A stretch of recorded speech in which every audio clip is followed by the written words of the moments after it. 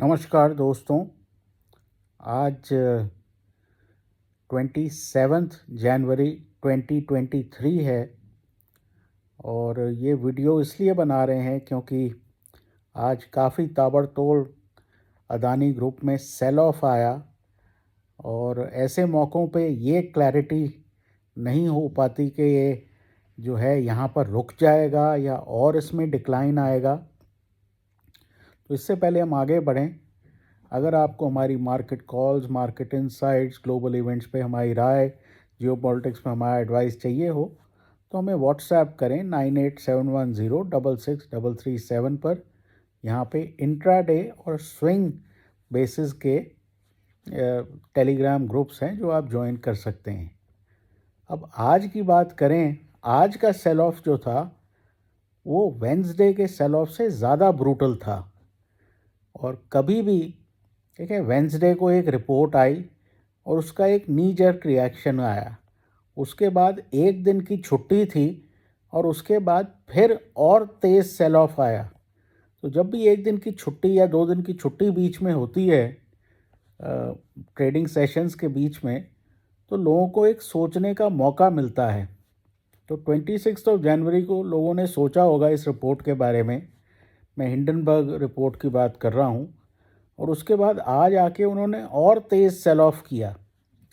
तो इसका मतलब ये है, नंबर 1 कि लोगों के पास अदानी ग्रुप के कैश स्टॉक्स हैं। मेरे को जिस तरह की सेलिंग लगती है, मुझे लगता है कि हिंडनबर्ग के साथ बड़े बड़े एफआईआईज हैं और वो जो है स्टॉक्स को बेचने में उनकी मदद कर रहे हैं, क्योंकि बिना कैश सेलिंग के आप इस तरह से स्टॉक प्राइसेस को तोड़ नहीं सकते जस्ट फ्यूचर्स की सेलिंग से। तो कुछ बातें यहाँ सोचने वाली ये हैं कि नंबर 1, जैसा मैंने कल कहा था कि टेक्निकल स्ट्रक्चर मार्केट का वीकन हो गया है और उसकी वजह से कोलैप्स आ सकता है। बैंक निफ्टी दोनों में कोलैप्स आ गया।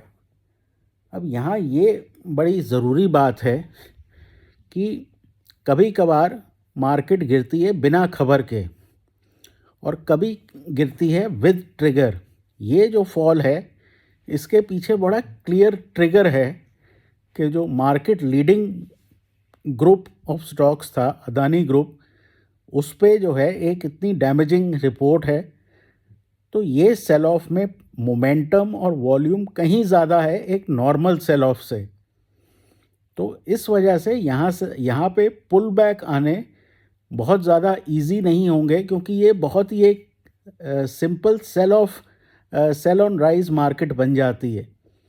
अब प्रॉब्लम क्या है कि इस तरह के मुद्दे पे कि जहाँ पे एक आदमी आप पे इल्ज़ाम लगा रहा है कि आपने अकाउंटिंग फ्रॉड किया है, आपकी कंपनी में कुछ नहीं है, एट्सेट्रा एट्सेट्रा, ये मुद्दे बहुत जल्दी सॉल्व नहीं होते। तो अगर मुद्दा जल्दी से सॉल्व नहीं होगा तो ये अदानी ग्रुप के स्टॉक्स धीरे धीरे और कभी कभार तेज़ी से और ज़्यादा नीचे जा सकते हैं। तो जो हिंडनबर्ग का ऑब्जेक्टिव है वो पूरा हो जाएगा कि ये इनके स्टॉक्स में प्राइस डिक्लाइन आ जाएगा। जैसा कि अभी तक खबर है कि अदानी का एफपीओ सिर्फ 1% भरा है। तो अगर lower end of price band 3100 है तो 2750 पे कौन बंदा लेगा। तो अगर ये एफपीओ भी फेल हो जाता है तो उससे जो है अदानी स्टॉक्स पे और प्रेशर आएगा।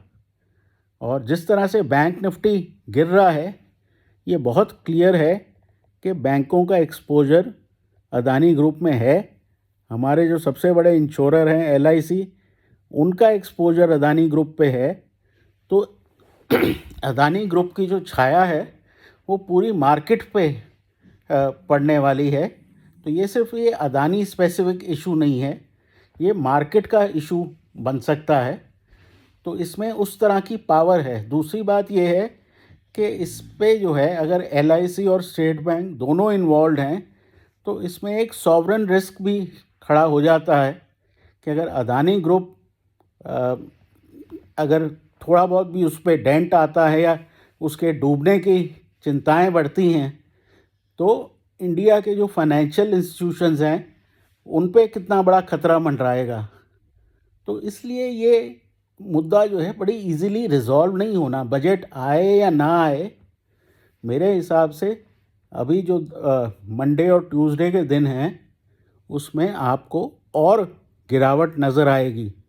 तो इस चीज़ की गलतफहमी में ना रहें कि मंडे से गैप अप हो जाएगा या मंडे मॉर्निंग जो है हिंडनबर्ग माफ़ी मांग लेगा और सब ठीक हो जाएगा। ये मुद्दा इतनी आसानी से रिज़ॉल्व नहीं होगा। तो बहुत ये ज़रूरी बात है कि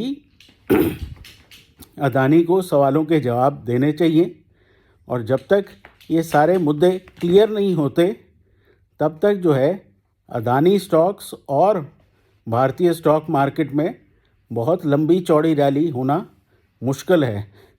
तो कोई भी अपनी ट्रेडिंग या लॉन्ग पोजीशंस ये अच्छी तरह से सोच के बनाएं कि ये जो काले बादल हैं ये अभी काफ़ी समय तक रह सकते हैं, और ख़ासकर अदानी स्टॉक्स के लिए फरवरी का महीना काफ़ी बुरा रह सकता है।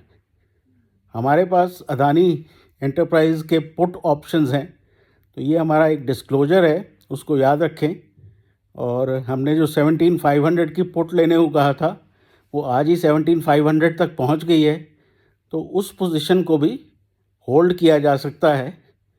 ऑल्दो मंडे ट्यूसडे में कहीं जो है एक शॉर्ट टर्म बॉटम बनने की उम्मीद है।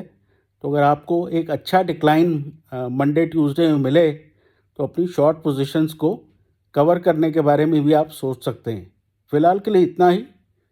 Take care and good luck.